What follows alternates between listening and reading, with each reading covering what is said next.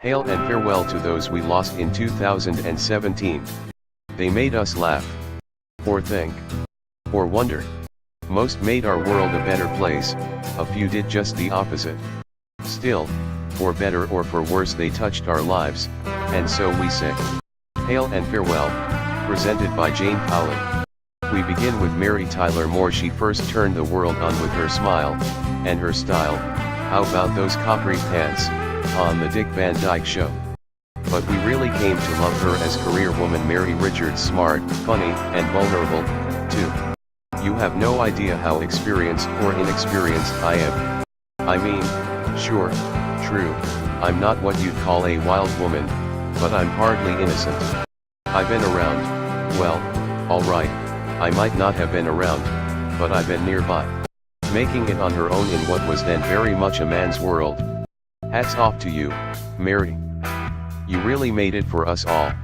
Sunday morning, remembering Mary Tyler Moore, who opened the door for women, CBS Evening News, Rose Marie stepped into the spotlight in 1929.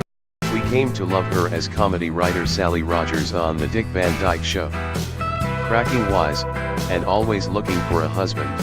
CBS News, December 28, 17, Jerry Lewis made us laugh as an impossibly graceful goofball first, as Dean Martin's sidekick, and then on his own. He was brilliantly nutty, a true king of comedy. Tracy Smith's 2016 profile of Jerry Lewis, Sunday morning. Jerry Lewis 1926–2017. The entertainer, slapstick comedian, and film director was also remembered as a tireless fundraiser for muscular dystrophy for almost 50 years. Don Rickles was the king of Zing. He spent his life perfecting the art of the insult. I came this far in America. Why? Because I laugh at what the heck we are, that's what we have to laugh at. You're a black man, right? I took a guess. And always maintained that he was really a nice guy. Comedian Don Rickles, dead at 90. Jim Nabors really was a nice guy. As Gomer Pyle, that mild-mannered Marine from Mayberry, he wouldn't hurt a fly. But golllllllly, could he sing? Passage, remembering Jim Nabors, Sunday morning, a salute to him, and to all who follow their dreams. Norman Dyrenfurth died this year. He led his team to the top of Mount Everest in 1963. And Tom Forkner shared a dream of waffles, served 24 hours a day, 7 days a week. They both died this year at 97 and 98. James Rosenquist filled entire rooms with his dreams, bold images of everyday life, transformed. He was a bright star of 60s pop art. Morley Safer, here we are, with this monster. Rosenquist, it's not really a monster, it's a big painting.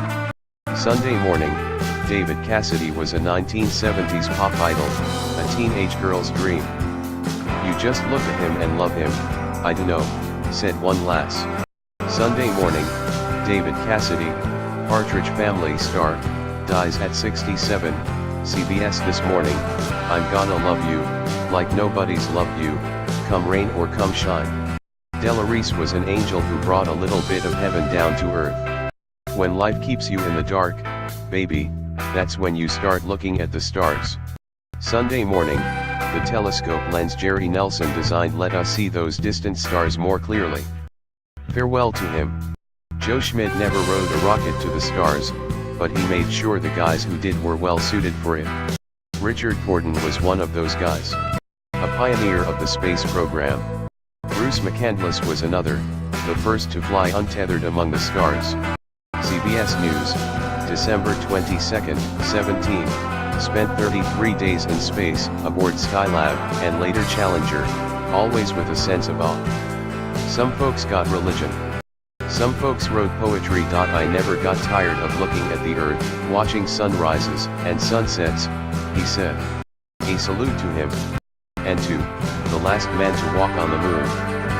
This has got to be one of the most proud moments of my life. I guarantee you. While he was up there, Cernan discovered something. I can see from here, it's orange. Orange. Was it cheese? 'Cause everybody knows the moon's made of cheese. Peter Sallis died this year. He gave voice to Wallace, the animated inventor with a passion for cheese and a devoted canine assistant named Roman. Cheerio was a virtuoso of voices. Where would Saturday morning cartoons be without her Natasha, and of course Rocky the Flying Squirrel? Every man in the world does a Bullwinkle impersonation, Corey said, and they all come up to me and say, "Hey Rocky, watch me pull a rabbit out of my hat." And I always say, "Hokey smoke," but that trick never works. Illustrator Joe Harris pulled the trick's rabbit out of his hat, an underdog, a caped crusader who happened to be a dog. As Gotham City's caped crusader, Adam West battled evildoers of all kinds. "We'll keep that bat signal lit for you, Adam West." Passage, Batman star Adam West, Sunday morning, The Early Show, what varied gifts they left us. Creighton Hale left us a helmet to protect Little League heads from wild pitches. A blessing to parents everywhere. Robert Blakely made the familiar sign designed to lead us to safety in the event of nuclear disaster. Luckily, we never had to go there. Michael Bond spotted a lonely-looking bear on a department store shelf one Christmas Eve, and took it home. His Paddington Bear has found a home in children's hearts the world over. Stan Weston thought little boys might like a military doll. G.I. Joe was an action figure, not a doll but with just as many accessories. Kids have been playing with G.I. Joes, and G.I. Janes, ever since. Thomas Hudner was a real war hero. In 1950, behind enemy lines in Korea, Hudner crashed his plane to save a fellow pilot who'd been shot down. Hudner couldn't save Jesse Brown, the Navy's first black aviator, but his actions that day set a shining example of hope for our newly integrated armed forces. Jesse Brown's widow, Daisy, was there when President Harry Truman awarded Thomas Hudner the Medal of Honor, and their families remain close to this day. Sunday morning, and we say thank you to all our servicemen and women who left us this year. We lost all kinds of heroes. Chris Rosati battled his ALS diagnosis with kindness, generosity, and humor and a bus full of donuts. "If I have enough time, I'll change the world," he said. He died this year at 46, but not before showing us all how to give and how to live. CBS Evening News, remembering Chris Rosati, Sunday morning, CBS This Morning, from 2014, The Great Krispy Kreme Donut Heist, Sunday morning, Gilbert Baker gave us the rainbow flag. Passage, Gilbert Baker, Sunday morning, which Edie Windsor carried proudly. When Edie's wife, Thea, died in 2009, Edie had to pay more than $360,000 in taxes because the federal government didn't recognize their marriage. "If Thea's name had been Theo, I would have paid no tax," she said. Her Supreme Court victory set the stage for other rulings granting equal rights to same-sex couples. From 2013, Edie Windsor, DOMA challenger, talks victory. CBS This Morning, CBS Evening News, Judge Joseph Wapner settled all kinds of disputes in his television courtroom. Farewell to him. And farewell to Chuck Barris, hyperkinetic creator of The Gong Show. "I loved your act, but then, I like trichinosis.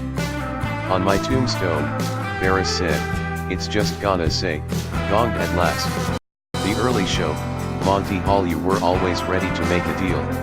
And a fond farewell to Dorothy Menjering, David Letterman's mom. "She was always a good sport. Dave, number one little known fact about me, Mom's son." Dorothy Menjering, his date for the senior prom? You're looking at her. Passage, remembering David Letterman's mom, Sunday morning, Gary DiCarlo's hit song in 1969, "Na-Na Hey Hey Kiss Him Goodbye," has taken on a life of its own. Goodbye to him. And to Don Baylor, a great hitter and even better at getting hit 267 times. Goodbye to Jim Bunning. Intimidating on the mound, and later in Congress. Milt Schmidt led his Boston Bruins to 2 Stanley Cup championships. Wyatt Tittle broke all kinds of passing records in his 17 seasons. So long, tough guy. Boxer Jake LaMotta was so famous for taking punches from the likes of Sugar Ray Robinson, they made a movie about him, Raging Bull. He never went down. I remember one night, they were punching the heck out of me. And all of a sudden I saw an opening, it was in my head. And goodbye to Tom Petty, who gave us a tough, gritty song about carrying on, and broke our hearts when he died this year, at 66. Tom Petty and the Heartbreakers, I Won't Back Down by Tom Petty. Vivo on YouTube. Sunday morning, CBS This Morning, Dennis Banks never backed down. He stood his ground in Custer, South Dakota, and Wounded Knee, and Standing Rock, and died this year at 80, still fighting to improve the lives of the country's oldest minority. Greg Allman. His driving rhythms and soulful twang came to define a new sound, Southern rock. Sunday morning, Chuck Berry started rocking in the 50s, and kept right on rocking. And duck walking. Charles Osgood. How did you happen to start doing it? Chuck Berry. I slipped and fell and I rolled over and put it in the act and got back up. Ever since I got such a big ovation, when I don't do it, they'll give me this, you know? That means, get down with it. It's fair to say there would be no rock and roll without Chuck Berry. Sunday morning, from 1972, Chuck Berry on retirement, There's No Such Thing from 1972, Chuck Berry on his first hit, Maybe Eileen. Chuck Berry 1926 to 2017. A look at the career of one of the founding giants of rock and roll. Farewell to Joni Sledge, one of the sisters who gave us that catchy tribute to the power of family, We Are Family. And to Barbara Hale, who we knew as Della Street, Perry Mason's secretary. And Erin Moran. We knew her as Joni Cunningham on Happy Days. Remembering Happy Days actress Erin Moran and T/O Robert Guillaume, the urbane, distinguished butler Benson Dubois. They were all part of our television family. David Rockefeller was a towering figure, from a wealthy and philanthropic family. He died this year, at 101. Sunday morning, Eugene Lang invested his money in 6th graders at his Harlem elementary school, promising to pay for their college educations. The success of any one of you, just one of you, make everything worthwhile, he said. Sister Frances Carr was one of just 3 Shakers living a simple, spiritual life in Sabbath Day Lake, Maine. Every single one of us owned nothing, and yet every one of us owned everything. She died this year, leaving only 2 Shakers to carry on.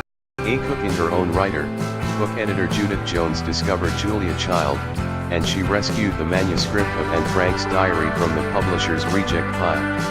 Our thanks to her. Sunday morning, Sue Grafton died just last week at 77.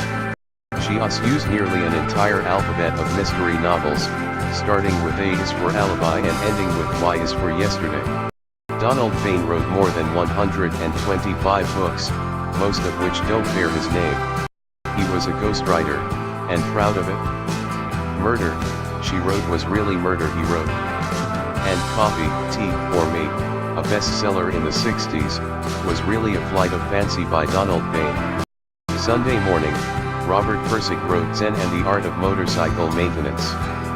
He launched many journeys of self-discovery. Kate Millett's book, Sexual Politics, challenged our assumptions about gender roles. She inspired generations of women. Claire Hollingworth defied expectations all her life, beginning in 1939, when she got the scoop of the century, the news that World War II had begun. She died this year, at 105. Farewell to Martin Landau, whose monstrous talent earned him an Oscar as Bela Lugosi. If you want to make out with a young lady, take her to Dracula. Hee hee hee. Director George A. Romero gave birth to a whole new genre of horror.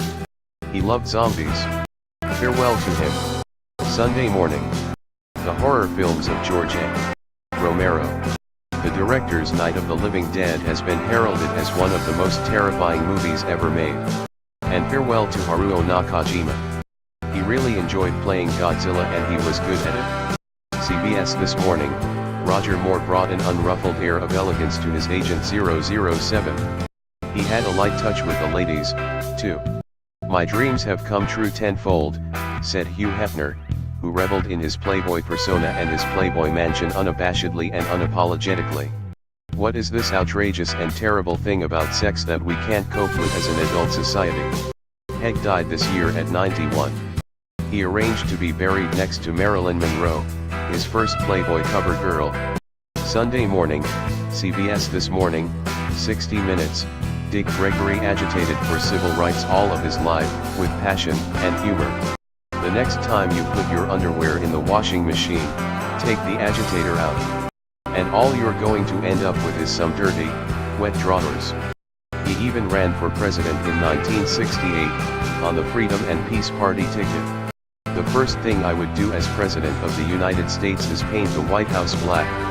Remembering Dick Gregory, Sunday morning, 60 Minutes, John Anderson ran for president as an independent in 1980. Farewell to Zbigniew Brzezinski, the former national security advisor, and San Francisco's mayor Ed Lee. They served their country well. CBS This Morning, Charles Manson died this year at 83. The murder and mayhem he masterminded in 1969 occupies a dark place in the American psyche. As head of the Fox News network, Roger Ailes transformed our political landscape, before being brought down by scandal. He died this year, at 77. CBS Evening News, Fats Domino, Ain't That a Shame, left his mark on American music with his boogie-woogie piano and his Big Easy style. Sunday morning, CBS Evening News, farewell to those who left us gifts of great jazz, Jon Hendricks, Grady Tate, Al Jarreau. Jon Hendricks, 96, who brought a new dimension to jazz singing, dies. Grady Tate, jazz drummer turned vocalist, dies at 85. Glenn Campbell was the son of an Arkansas sharecropper, whose easygoing style, gentle voice, and guitar-picking genius brought him to the pinnacle of country music. But his last act was his bravest, a farewell tour after being diagnosed with Alzheimer's, with his kids to back him up when the river of his memory went dry. I've been walking these streets so long, singing the same old song. We will never forget him. From 2012, Anthony Mason's report on Glenn Campbell's final tour, Sunday morning, Steely Dan's Walter Becker gave us the song Reelin' in the Years in 1972. Steely Dan, Reelin' in the Years by Cabin Fever Reliever on YouTube. Farewell to Sam Shepard, Pulitzer Prize-winning playwright, and a great actor. He had the right stuff. Sam Shepard 1943 to 2017. The Pulitzer Prize-winning playwright was also an acclaimed actor, whose magnetic screen presence graced such films as Days of Heaven and The. Robert Osborne loved movies and movie stars. Sunday morning, gossip and glitter were Liz Smith's bread and butter. 60 Minutes, what a company of men and women they were. They made us laugh, and cry, and think about the world in new ways. And left us this year wanting more. What lives they lived. Hail, and farewell. For more info, thank you to the following for photographs and footage. Laughing Stock LLC, for Jerry Lewis and Don Rickles, W.M. Keck Observatory, for Jerry Nelson, Little League, for Creighton Hale, Civil Defense Museum and Bill Gearhart, for Robert Blakely, G.I. Joe Repair Shop and Museum, for Stan Weston, MLB footage of Don Baylor courtesy of MLB.com, NHL footage of Mike Schmidt courtesy of NHL Productions, NFL Films, for Wyatt Tittle, Joe Bruschi, for Dennis Banks at Standing Rock, Rick Smolin, author of The Good Fight, America's Ongoing Struggle for Justice, for Dennis Banks at MT. Rushmore, Patrick Garrett, author of Of Fortunes and War, Claire Hollingworth, first of the female war correspondents, for Claire Hollingworth.